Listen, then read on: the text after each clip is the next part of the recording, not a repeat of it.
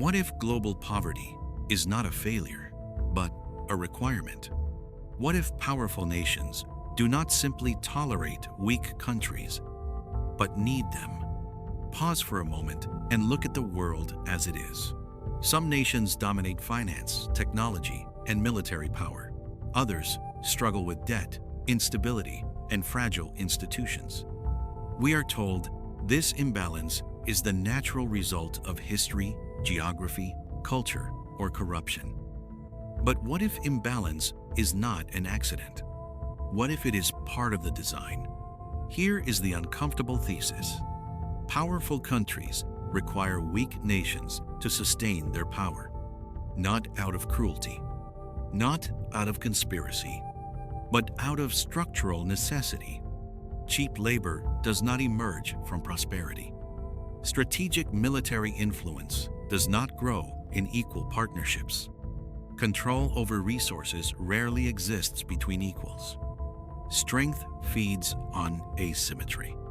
Throughout history, empires have depended on peripheries. Wealth has flowed inward. Stability has flowed outward. And while the language has changed from conquest to development, from colonies to partnerships, the pattern has remained eerily consistent. The question is not whether inequality exists. The question is whether global power can survive without it. Tonight, we are not exploring villains in dark rooms. We are exploring systems. And once you see the pattern, once you understand why imbalance is not merely tolerated but engineered, you may begin to see the modern world differently.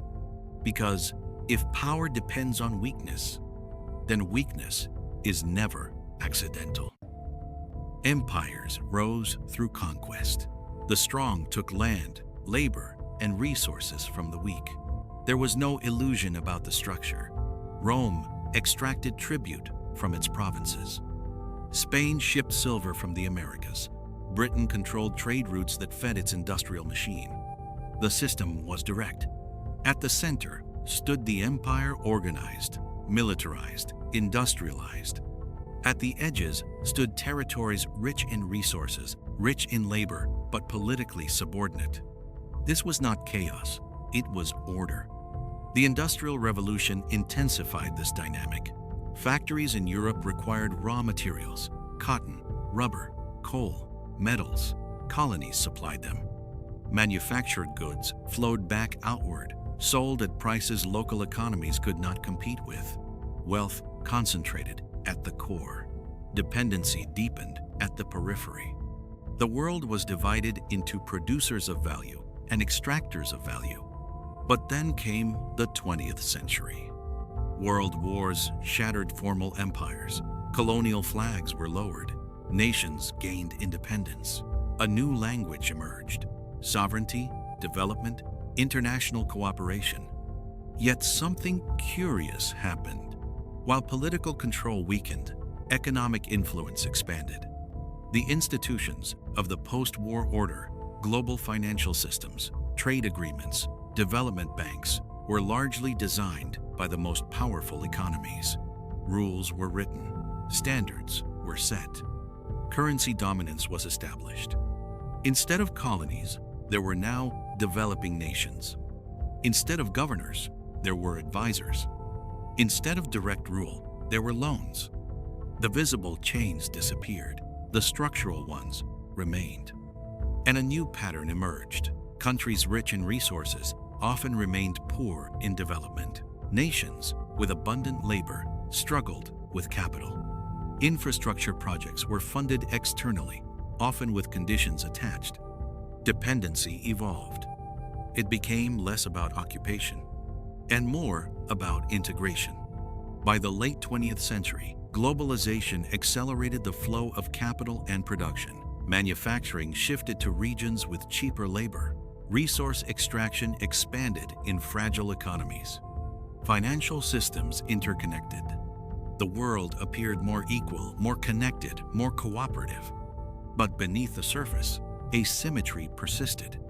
Because when wealth flows upward and risk flows downward, imbalance becomes self-reinforcing. Power no longer required visible domination. It required structural positioning. And the modern global order began to resemble something older than we cared to admit. A center that thrives, and a periphery that sustains it. Here is the first uncomfortable realization. Weak nations are not merely unfortunate participants in the global system. They are functional components of it. Consider labor. Global corporations outsource production to countries where wages are low and regulations are flexible. This reduces costs, increases profit margins, and keeps consumer prices stable in wealthier nations. But low wages are not random. They are maintained by limited bargaining power, surplus labor supply, and economic dependency. If every nation suddenly achieved high wage standards, production costs would surge, profit structures would collapse, consumption models would strain. The system quietly depends on disparity. Now consider resources. Rare earth minerals, oil reserves, agricultural commodities. Many of these are concentrated in politically fragile regions. Extraction contracts often favor external investors. Revenue frequently flows outward faster than domestic development can absorb it. Why? Because negotiating power correlates with economic leverage, nations burdened by debt or instability have less room to refuse terms. And this leads to the second layer, debt. Development loans are presented as assistance, and often they are. Infrastructure is built, roads are paved, power grids expand. But loans create obligations. Interest compounds. Currency fluctuations increase repayment pressure. When repayment falters, restructuring occurs sometimes in exchange for policy concessions, privatizations, or strategic access. Dependency becomes cyclical. Aid flows in. Resources flow out. Debt remains. This is not always malicious. It is systemic. Powerful financial institutions, multinational corporations, and geopolitical alliances operate within incentives. They seek stability, profit, and influence. Weak states provide leverage points, places where influence can be purchased cheaply. Military presence adds another dimension. Strategic bases in economically fragile countries extend global reach. Security agreements create alliances that may not be entirely equal. A host nation gains protection. The dominant nation gains positioning. And positioning is power. History shows this pattern repeatedly. During the Cold War, superpowers supported regimes not for their democratic virtues, but for their strategic alignment. Stability, even authoritarian stability, was often preferred over unpredictability. The result? A world where sovereignty exists formally, but influence operates structurally. This is the first revelation. Weak nations are not outside the global system. They are embedded within it as stabilizers, suppliers, buffers, and leverage points. The modern order does not collapse under inequality. It is sustained by it.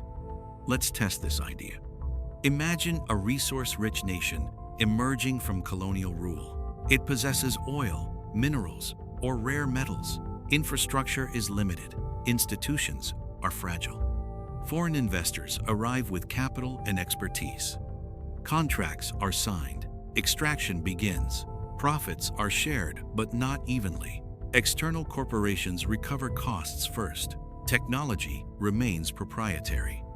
Local economies become dependent on a single export commodity. When commodity prices fall, national revenue collapses. The country borrows to stabilize its currency. International lenders impose structural adjustments, reduce public spending, privatize industries, liberalize trade. Domestic industries struggle to compete with imported goods. Employment shifts toward extraction sectors, controlled externally. The economy narrows instead of diversifying. This cycle has appeared across continents. Now examine labor markets. A multinational brand relocates manufacturing to a developing region. Jobs are created. Wages are low but higher than local alternatives. Production scales rapidly. Labor laws remain flexible to maintain competitiveness. Attempts to unionize are discouraged by the threat of relocation. The host country competes with others to offer the lowest costs. Consumers in wealthy nations enjoy affordable products. Corporate profits increase, shareholders benefit.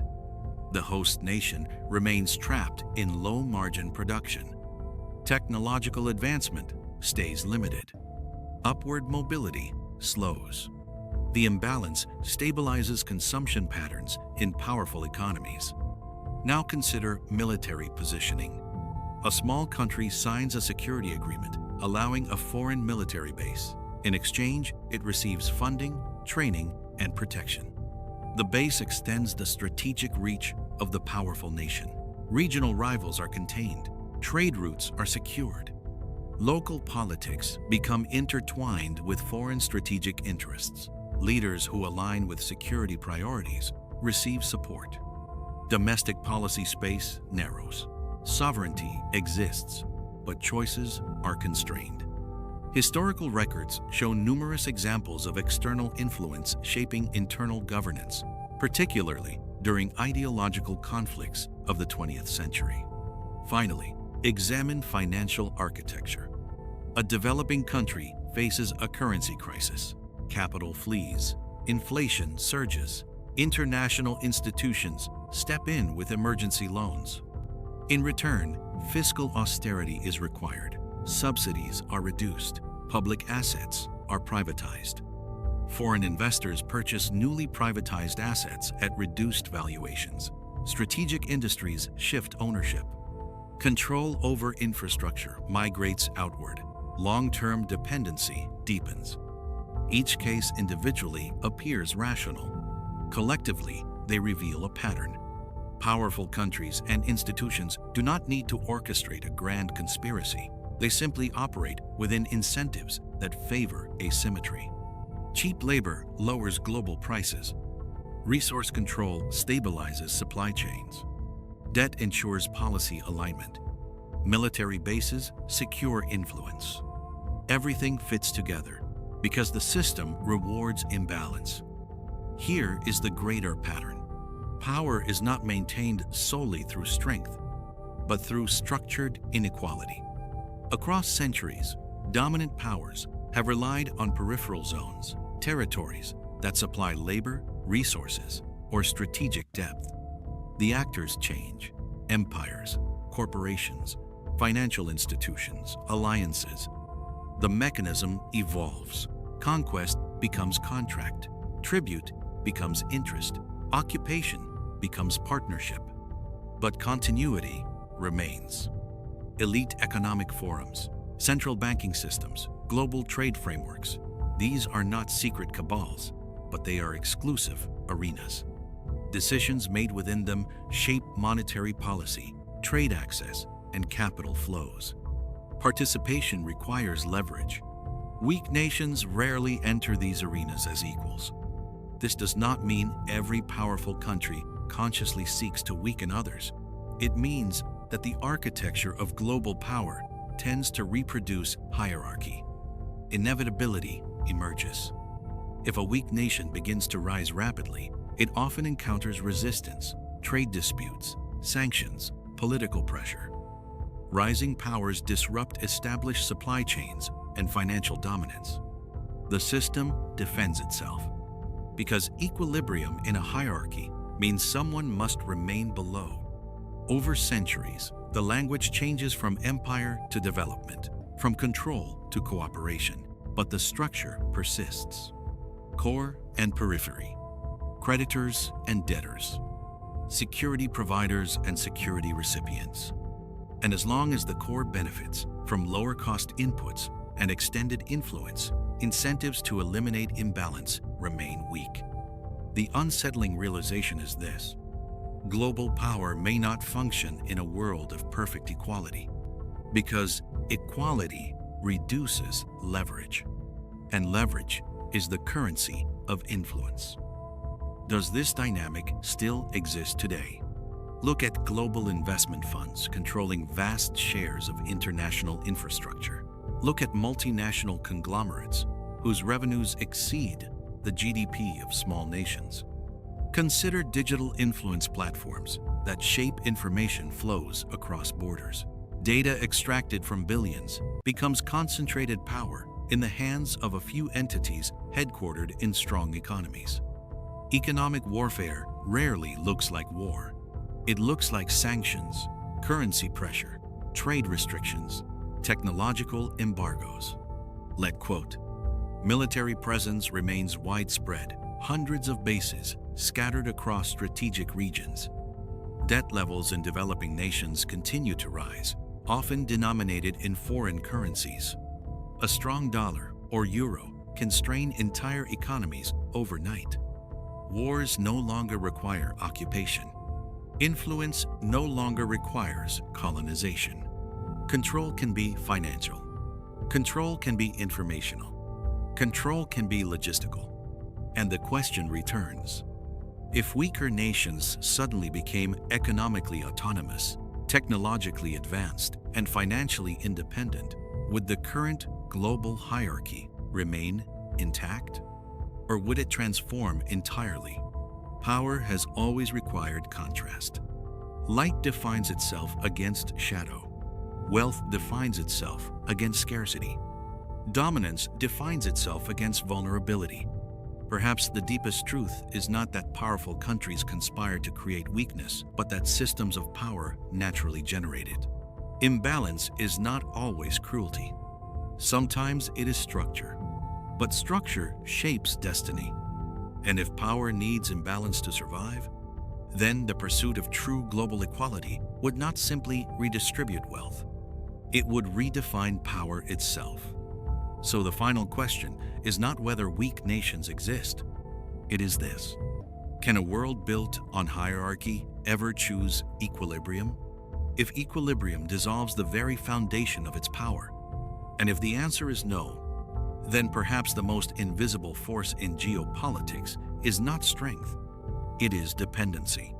And once you see it, you begin to notice it everywhere.